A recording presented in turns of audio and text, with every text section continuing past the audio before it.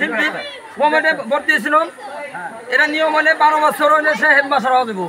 MP ভুক্ত হওয়ার পরে সে 2 বছর এমপি ভুক্ত হওয়ার পরে হেডমাস্টার হয়েছে। এই আওয়ামী লীগের প্রভাব খাড়াই হয়েছে। তার জামাই আওয়ামী লীগের সেক্রেটারি ছিল। এই প্রভাব খাড়াইয়া একটা এই সভাপতি এই রেজাল্ট উজ্জ্বলের ইষ্ট করিলাম। পরে একটা কমিটি আইনাম। তার জামাই সায়াদুল মোল্লা এই হেডমাস্টারের আর হেডমাস্টার দুজনের এই টাকা বাটকুট করে খাইছে। বুঝছেন? এই আমাদের দাবি। কাশেমের স্কুলে এমপি ছিল, জয়েন করে নাই। সেই কাশেমের বেতন উড়িয়ে খাইছে। কাশেমের বেতন উড়িয়ে জামাই দুজনেই খাইছে। সায়াদুল আর শিল্পী। এখন আমরা কিছু বলতে পারি। আমাদের বেতন শিট আছে, আমাদের কাছে আমাদের বেতন শিট আছে। তাদের হাজিরা খাতা দেখেন, একদিনও জয়েন করে নাই। এই কাশেম একদিনও জয়েন করে নাই। সেই কাশেম এই বেতন উড়িয়ে খাইছে। এই হেডমাস্টার আর হেডমাস্টার স্বামী সায়াদুল, শিল্পী আর শিল্পীর জামাই সায়াদুল। আবার এই গাছ বেচা গাছ নিয়ে ফার্নিচার বানাইছে। 4টা গাছ দাম 4 লক্ষ টাকা দাম। এই 4টা গাছ নিয়ে বাড়ি ফার্নিচার বানাইছে। 200 বেঞ্চ ছিল সরকারের, আমাদের একবার 200 বেঞ্চ দিছিল। এই 200 বেঞ্চ এই যে গত 2 মাস আগে বেচা খাইছে এই হেডমাস্টার। 200 বেঞ্চ হেডমাস্টার বেচা খাইছে। সেই স্কুলের বেঞ্চ, সরকারি বেঞ্চ হেডমাস্টার বেচা খাইছে। সেটা আমরা কিছু বলতে পারি নাই।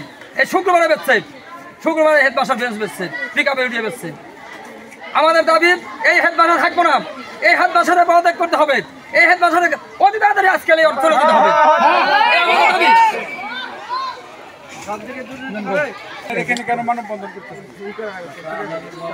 রহমান সদস্য 4 নম্বর ওয়ার্ড ফুলহারা।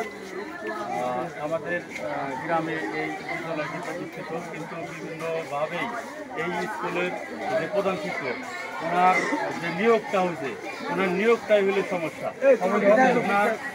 উনি এই সহকারী শিক্ষক পদে উনি হলে যোগদান করে, সহকারী শিক্ষক পদে উনি যোগদান করে 1/11/2010 সালে। আবেদনের সময় তার সহকারী শিক্ষক হিসাবে এমপিও ভুক্তির মেয়াদ ছিল 2 বছর, কিন্তু কাগজপত্রে দুর্নীতিগ্রস্ত কর্মকর্তার দ্বারা তার অভিজ্ঞতা 12 বছর দেখায় তিনি এই স্কুলে এমপিও তার প্রধান শিক্ষক হিসাবে সে পদোন্নতি নেয়। এটা আসলে সম্পূর্ণ ভুয়া এবং জালিয়াতি হয়েছে। আমি এই জন্য এই প্রধান শিক্ষকের পদত্যাগ এবং অবসরণ দাবি করতেছি। এটা শুধু আমার দাবি না, এটা এই আমার এলাকার দাবি, জনগণের দাবি এবং যারা অভিভাবক আছে সবার দাবি। আমি সবার পক্ষ থেকে তারই করলাম। তার বিরুদ্ধে বিভিন্ন আর্থিক অনিয়ম আছে, সেগুলো আপনারা তদন্ত করবেন আপনাদের মাধ্যমে। আর নিয়োগের কথা বলে একটা মহিলা ওখানে আসছে, তার কাছ থেকে তার স্বামীর কাছ থেকে 4 লক্ষ টাকা সে নিয়োগ দেখাইছে। নিয়োগের কথা বলে তার কাছ থেকে নিছে, সেও আমাদের কাছে অভিযোগ দিছে। মুস্তাক অনেকে জানে, তারে এখানে ক্লাসও করছে কিছুদিন, তার কাছ থেকে 4 লক্ষ টাকা নিছে। আবার এই স্কুলে একজন শিক্ষক 11 সালে নিয়োগ দেখাইছিল। এই যে আমরা এখানে যে আবুল কাসেম, তার সমস্ত ব্যাংক স্টেটমেন্ট তারা দিছি। এই আপনারা সমস্ত ছাত্রদের কাছে, এলাকার শিক্ষকদের কাছে, এলাকারবাসীর কাছে, সবার কাছে শুনেন, উনি এই আবুল কাসেম নামের কোনো শিক্ষক এই স্কুলে যদি একদিন শিক্ষকতা করে থাকে তাইলে আমরা দাবি উঠাই নেব। তাইলে উনি প্রধান শিক্ষক হিসেবে তার কিভাবে তার বেতনের রেজিস্টারে তার হাজিরা খাতায় তাকে স্বাক্ষর করতে দিল এবং ব্যাংক থেকে কিভাবে তার টাকা তুলতে দিল, এই বিষয়টা আপনারা দেখেন। আসলে এতদিন উনি দলীয় প্রভাব কাটায় সব কিছু করছে। ওনার স্বামী হলে সভাপতি, উনি হলে